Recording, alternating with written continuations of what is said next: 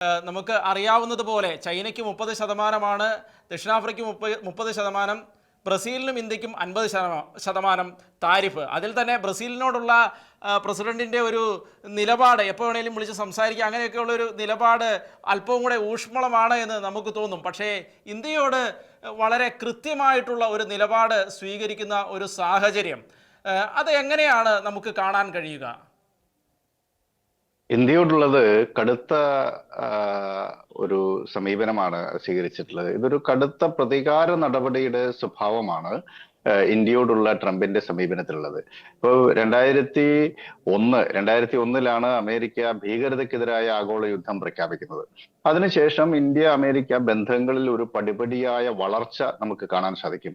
2004 മുതൽ 2014 വരെയുള്ള മൻമോഹൻ സിംഗ് ഗവൺമെന്റിന്റെ കാലത്ത് വളരെ ശക്തമായ അമേരിക്ക ഇന്ത്യ ബന്ധങ്ങൾ രൂപപ്പെടുകയുണ്ടായി.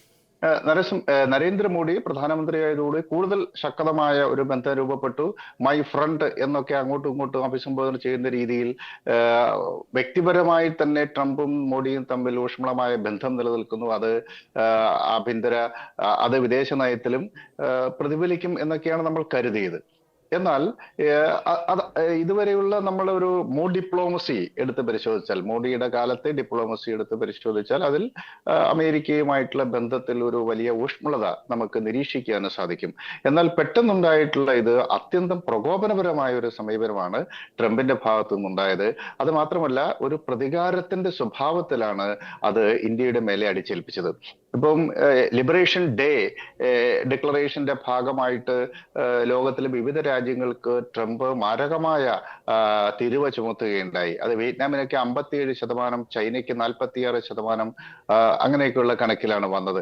ഇന്തോനേഷ്യക്ക് 49%. പക്ഷെ അതിനകത്തുനിന്ന് അമേരിക്ക പിന്നോട്ട് പോവുകയും അത് വിയറ്റ്നാമിന്റെ 20%-മായി കുറച്ചു, ഇന്തോനേഷ്യയുടെ 19%-മായി കുറച്ചു, ജപ്പാന്റെ 15%-ആണ് ഇപ്പോൾ, ചൈനയുടേത് 30%-ആയി നിൽക്കുന്നു. അപ്പോൾ ഈ ഒരു സാഹചര്യം ആണ് നിലവിലുണ്ടായിരുന്നത്. മാത്രവുമല്ല, ഇന്ത്യയും അമേരിക്കയുമായി ഒരു സമഗ്ര സാമ്പത്തിക വാണിജ്യ കരാർ 2025 ഡിസംബറോട് കൂടി രൂപപ്പെടുത്താൻ സാധിക്കും എന്ന പ്രതീക്ഷ നിലനിൽക്കുകയാണ്. അപ്പൊ അങ്ങനെ വരുമ്പോൾ സ്വാഭാവികമായിട്ടും ഈ താരിഫ് റെഗുലേറ്റ് ചെയ്യാൻ കഴിയും എന്നുള്ള ഒരു സാഹചര്യം നിലനിന്നിരുന്നു. പക്ഷേ ട്രംപിന്റെ ഓഗസ്റ്റ് അൾട്ടിമേറ്റം മുന്നിൽ നിൽക്കുന്നത് കൊണ്ട് അതിനു മുമ്പായിട്ട് ഒരു മിനി ഡീൽ സാധ്യമാകുമോ എന്നുള്ള ആലോചന നടത്തിയിരുന്നു. പക്ഷെ അത് നമുക്ക് രൂപപ്പെടുത്താൻ സാധിച്ചിട്ടില്ല. അപ്പൊ ഈ ഒരു ഘട്ടത്തിലാണ് വളരെ പെട്ടെന്ന് അപ്രതീക്ഷിതമായി ട്രംപിന്റെ ഭാഗത്തുനിന്ന് 25% നികുതി ചുമത്തുന്നത്. അതിനു പുറമെ ഇപ്പോൾ ഒരു പിഴച്ചുങ്കം എന്ന നിലയ്ക്ക് റഷ്യയിൽ നിന്ന് എണ്ണ വാങ്ങുന്നു എന്ന കാരണത്താൽ ഒരു പിഴച്ചുങ്കം അതിന് ഇന്ത്യയുടെ മേലെ അടിച്ചേൽപ്പിച്ചിട്ടുള്ള ഒരു പിഴയാണ് 25%. രണ്ടും കൂടെ കൂട്ടുമ്പോൾ 50%-മായി. ചൈനയോട് പോലും ഇത്രയും പ്രതികാര ബുദ്ധിയോടുകൂടിയുള്ള ഒരു സമീപനം അവർ സ്വീകരിച്ചിട്ടില്ല. കഴിഞ്ഞ ഒരു ദശാബ്ദക്കാലമായി ചൈനയും അമേരിക്കയും തമ്മിൽ കടുത്ത വ്യാപാര യുദ്ധം നടക്കുകയാണ്.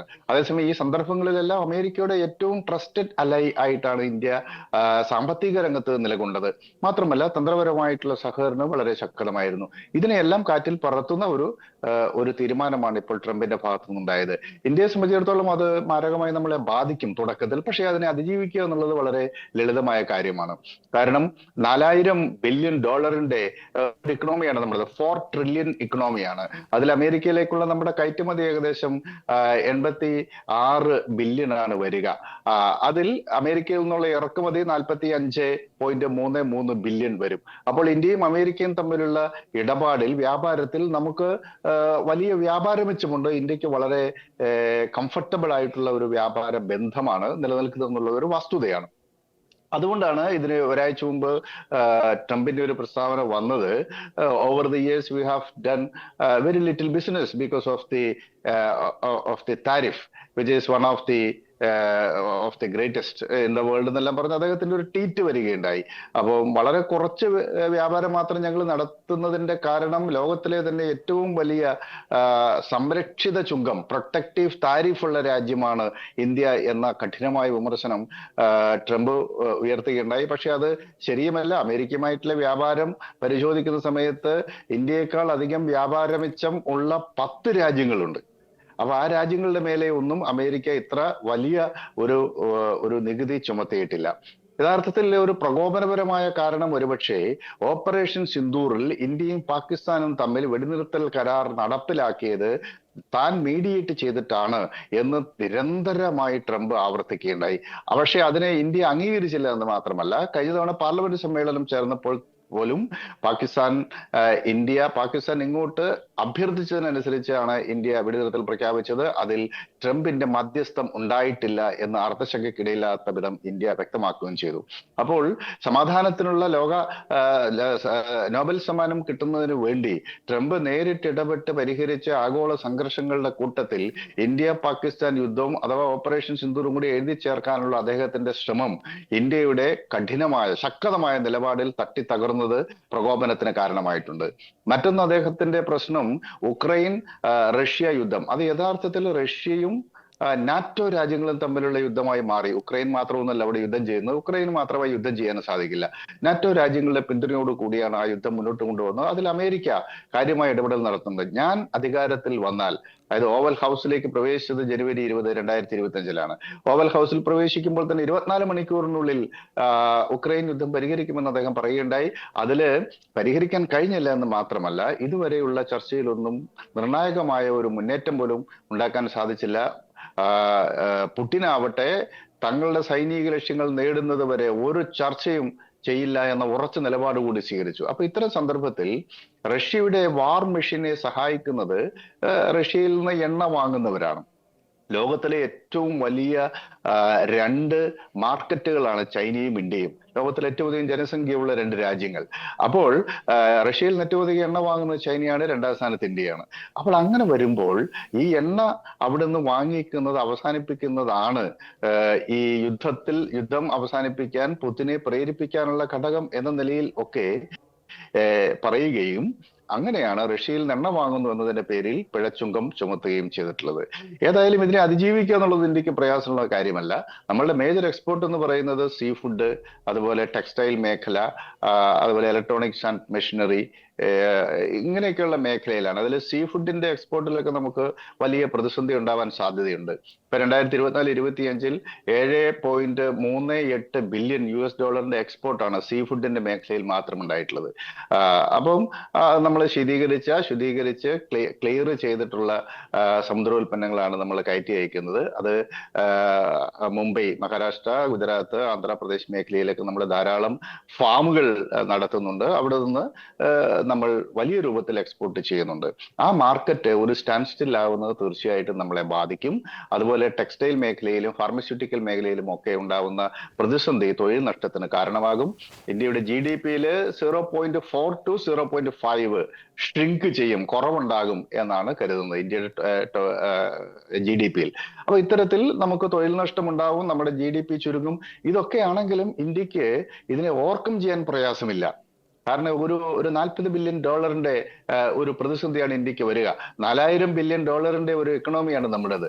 അപ്പം അത് വലിയ പ്രശ്നമില്ല, നമുക്ക് അതിജീവിക്കാൻ സാധിക്കും. പക്ഷേ തുടക്കത്തിൽ നമുക്കുണ്ടാകുന്ന പ്രതിസന്ധി, ഓഹരി വിപണിയിൽ ഉണ്ടാകുന്ന ചാഞ്ചാട്ടവും ഇടിവും, തൊഴിൽ നഷ്ടം, അതുപോലെ GDP ഷ്രിങ്ക് ചെയ്യുന്നത്, ഈ കാര്യങ്ങളെല്ലാം തീർച്ചയായിട്ടും ഇന്ത്യയെ ഗുരുതരമായി ബാധിക്കും. വളരെ എനിക്ക് തോന്നുന്നു അങ്ങ് ചുരുങ്ങിയ വാക്കുകളിൽ ഈ ഒരു കാര്യം കൂടി സൂചിപ്പിക്കുകയാണെങ്കിൽ നല്ലതായിരുന്നു എന്ന് തോന്നുന്നു. കാരണം നമ്മുടെ സർവീസ് മേഖല, കാരണം ടെക് ജയന്റുകളെല്ലാം അമേരിക്കയിലാണല്ലോ. അപ്പോൾ നമ്മുടെ ആ ഒരു മേഖല ഏത് രീതിയിലുള്ള ഒരു പ്രതികൂല കാലാവസ്ഥ അഭിമുഖീകരിക്കാൻ സാധ്യതയുണ്ട് എന്നാണ് അങ്ങേക്ക് തോന്നുന്നത്? ടെക്നിക്കൽ മാൻ പവർ ഇന്ത്യയിൽ, അത് പക്ഷേ ഇന്ത്യയെ നേരിട്ട് ബാധിക്കില്ല എന്ന് എനിക്ക് തോന്നുന്നു. കാരണം നമ്മുടെ ടെക്നിക്കൽ മാൻ പവർ ഇന്ത്യയിൽ നിന്ന് അമേരിക്കയിലേക്ക് പോകുന്നുണ്ട്. പക്ഷേ ആ ടെക്നിക്കൽ മാൻ പവർ അമേരിക്കയ്ക്ക് അത്യന്താപേക്ഷിതമാണ്. അവിടുത്തെ കമ്പ്യൂട്ടർ സെക്ടറിലും നാസ പോലെയുള്ള എയർസ്പേസ് സെക്ടറിലൊക്കെ ഇന്ത്യൻ ടെക്നോളജിക്കൽ മെയിൻ പവറിനെ ഒഴിവാക്കിയിട്ട് അമേരിക്കയ്ക്ക് മുന്നോട്ട് പോകാൻ സാധിക്കില്ല. അതേസമയം ഇന്ത്യക്ക് ലോകത്തിലെ തന്നെ ഏറ്റവും വികസിതമായ, അതിദ്രുതം വികസിക്കുന്ന ഒരു ഇക്കോസിസ്റ്റം ഉണ്ട്, ഈ സ്റ്റാർട്ടപ്പ് ഇക്കോസിസ്റ്റം. ഈ സ്റ്റാർട്ടപ്പ് ഇക്കോസിസ്റ്റത്തും ഒക്കെ പ്രധാനമായും അമേരിക്കൻ മാർക്കറ്റും അമേരിക്കയുമായിട്ടുള്ള ടെക്നോളജിക്കൽ കൊളാബറേഷനെയും ഒക്കെ അടിസ്ഥാനമാക്കിയിട്ടാണ് പലതും നിൽക്കുന്നത്. അപ്പോൾ സ്വാഭാവികമായിട്ടും ഇന്ത്യയുടെ ഈ ഇക്കോസിസ്റ്റം, നമ്മളുടെ സ്റ്റാർട്ടപ്പ് ഇക്കോസിസ്റ്റം ഒന്ന് ഷ്രിങ്ക് ചെയ്യാനുള്ള സാധ്യതയുണ്ട്. പക്ഷെ അത് നമുക്ക് ഓവർകം ചെയ്യാൻ പറ്റും. കാരണം മറ്റിതര മേഖലയിൽ മേഖലയിലേക്ക്. ഇന്ത്യ ഒരു ചെറിയ രാജ്യമല്ല ഇന്ന്. കാരണം അതിന് യൂറോപ്യൻ യൂണിയൻ, ആഫ്രിക്ക, അതുപോലെ ലാറ്റിൻ അമേരിക്കൻ രാജ്യങ്ങളുമായിട്ടൊക്കെ അടുത്ത ബന്ധമുണ്ട്. ബ്രിക്സ രാജ്യങ്ങൾ, അതായത് Brazil, India, China, south Africa, ഈ രാജ്യങ്ങളുമായിട്ടൊക്കെ അടുത്ത ബന്ധമുണ്ട്. അതുകൊണ്ട് ഇതിന് ഓവർകം ചെയ്യാൻ പ്രയാസമില്ല. ഇതോടൊപ്പം തുറന്നു കൊടുക്കാൻ അമേരിക്ക ആവശ്യപ്പെടുന്ന മേഖലകൾ പ്രധാനമായിട്ടും കാർഷിക മേഖലയാണ് ഒന്നാമത്തത്. രണ്ടാമത്തത് ഈ ക്ഷീര വ്യവസായ മേഖലയാണ്. അതുപോലെ മൂന്നാമത്തത് ഇന്ത്യൻ മാർക്കറ്റിലേക്ക് അമേരിക്കയുടെ ജനിതക മാറ്റം വരുത്തിയിട്ടുള്ള ഉൽപ്പന്നങ്ങൾ, കാർഷിക ഉൽപ്പന്നങ്ങൾക്ക് വേണ്ടി ഇന്ത്യൻ മാർക്കറ്റ് തുറന്നു കൊടുക്കണം എന്നുള്ളതാണ്. ഇത് ഒരു കാരണവശാലും ഇന്ത്യക്ക് അത് ചെയ്യാൻ സാധിക്കില്ല. അത് ചെയ്തു കഴിഞ്ഞാൽ ഇന്ത്യയിൽ ആഭ്യന്തര കലാപം ഉണ്ടാകും. കാരണം ഇപ്പോഴും 70% വരുന്ന ഇന്ത്യക്കാർ ആശ്രയിക്കുന്നത് കൃഷിയെയാണ്. ഇന്ത്യയുടെ ഈ കാർഷിക സമ്പദ് വ്യവസ്ഥയെ തകർക്കുന്ന ഒരു സമീപനം ഒരു സർക്കാരിനും സ്വീകരിക്കാൻ സാധിക്കില്ല. അത് ചെയ്യില്ല എന്ന വ്യക്തമായ സൂചന ഇന്ത്യയുടെ പ്രധാനമന്ത്രി തന്നെ നൽകി കഴിഞ്ഞു. അപ്പോൾ ഇന്ത്യയുടെ കാർഷിക മേഖലയും ഇന്ത്യയുടെ ക്ഷീര വ്യവസായ മേഖലയും ഒക്കെ അമേരിക്കയ്ക്ക് വേണ്ടി തുറന്നു കൊടുക്കാൻ ഇന്ത്യ തയ്യാറാകില്ല. അത് നമുക്ക് സംരക്ഷിച്ച് നിലനിർത്തിയേ മതിയാവൂ. കാരണം അമേരിക്കയെ പോലെ ഒരു വികസിത രാജ്യമല്ല ഇന്ത്യ. നമ്മൾ ഇപ്പോഴും ഒരു ഡെവലപ്പിംഗ് കൺട്രിയാണ്, വികസ്വര രാജ്യമാണ്. അപ്പൊ നമുക്ക് ഇവിടെയുള്ള കോടിക്കണക്കിന്, ഒരു പക്ഷേ ഒരു 30 കോടിയിലധികം വരുന്ന ആളുകൾ ദാരിദ്ര്യരേഖയ്ക്ക് താഴെയോ അല്ലെങ്കിൽ ഒരു ദിവസം 100 രൂപയോ ഒക്കെ മാത്രം വരുമാനമുള്ളവരാണ്. ഈ വരുമാനം തന്നെ പ്രധാനമായും ജനറേറ്റ് ചെയ്യുന്നത് കാർഷിക മേഖലയുമായി ബന്ധപ്പെട്ടാണ്. അപ്പോൾ ആ മേഖലയിൽ ഒരു കാരണവശാലും അമേരിക്കയുടെ ഈ സമ്മർദ്ദം നമുക്ക് അംഗീകരിക്കാൻ പറ്റില്ല. അത് അംഗീകരിച്ചു കഴിഞ്ഞാൽ ഇവിടെ ജനജീവിതം ദുസ്സഹമാകും. അപ്പോൾ അത്തരം ഒരു തീരുമാനത്തിലേക്ക് പോകില്ല. സ്വാഭാവികമായിട്ടും ഇന്ത്യയെ സമ്മർദ്ദത്തിലാക്കുക എന്നതിനപ്പുറത്തേക്ക് ഒരു ശത്രുപക്ഷത്ത് നിരന്തരമായി പ്രതിഷ്ഠിച്ചുകൊണ്ട് ഈ ഒരു വ്യാപാര യുദ്ധം അമേരിക്ക മുന്നോട്ട് കൊണ്ടുപോകും എന്ന് ഞാൻ കരുതുന്നില്ല. ഒരു പക്ഷേ ഇനി അങ്ങോട്ടുള്ള ഡിപ്ലോമാറ്റിക് ടേബിളിലാണ് എനിക്ക് കാര്യം കിടക്കുന്നത്. ഇരു രാജ്യങ്ങളും തമ്മിലുള്ള ഉഭയകക്ഷി ചർച്ചകളുടെ ഭാഗമായി ഒരു പക്ഷേ ഒരു അമിക്കബിൾ സൊല്യൂഷൻ ഈ പ്രശ്നത്തിൽ ഉണ്ടാകാൻ കഴിഞ്ഞേക്കാം. അതിൽ അമേരിക്കയിൽ തന്നെ നിക്കി ഹാലിയെ പോലെയുള്ള ആളുകൾ, അമേരിക്കൻ ഡെമോക്രാറ്റുകൾ, ഇന്ത്യയെ സപ്പോർട്ട് ചെയ്യുന്ന സെനറ്റർമാരൊക്കെ ആയിട്ട് അമേരിക്കക്കകത്തും സമ്മർദ്ദം മുറുകി വരികയാണ്. അമേരിക്കയിൽ നമുക്ക് കിട്ടുന്ന വിവരം നമ്മുടെ ഇലോൺ മസ്കിനെ പിണക്കിയതും ഇന്ത്യ എന്ന് പറയുന്ന ശക്തമായ സുഹൃത്ത് രാഷ്ട്രത്തെ പിണക്കിയതും ട്രംപിനും അമേരിക്കയ്ക്കും വളരെ ഗുരുതരമായി ബാധിക്കും എന്നുള്ള രീതിയിലുള്ള ചർച്ചകൾ ആഭ്യന്തര രംഗത്തും വളർന്നു വരുന്നുണ്ട്. അതുകൊണ്ട് അധികം താമസിയാതെ ഒരു അമിക്കബിൾ സൊല്യൂഷനിലേക്ക് കാര്യങ്ങൾ പോകും എന്ന് പ്രതീക്ഷിക്കാം. വളരെ നന്ദി പ്രൊഫസർ പി ജെ വിൻസെന്റ്, അങ്ങ് ഞങ്ങളോട് പ്രതികരിച്ചതിന് വളരെ നന്ദി.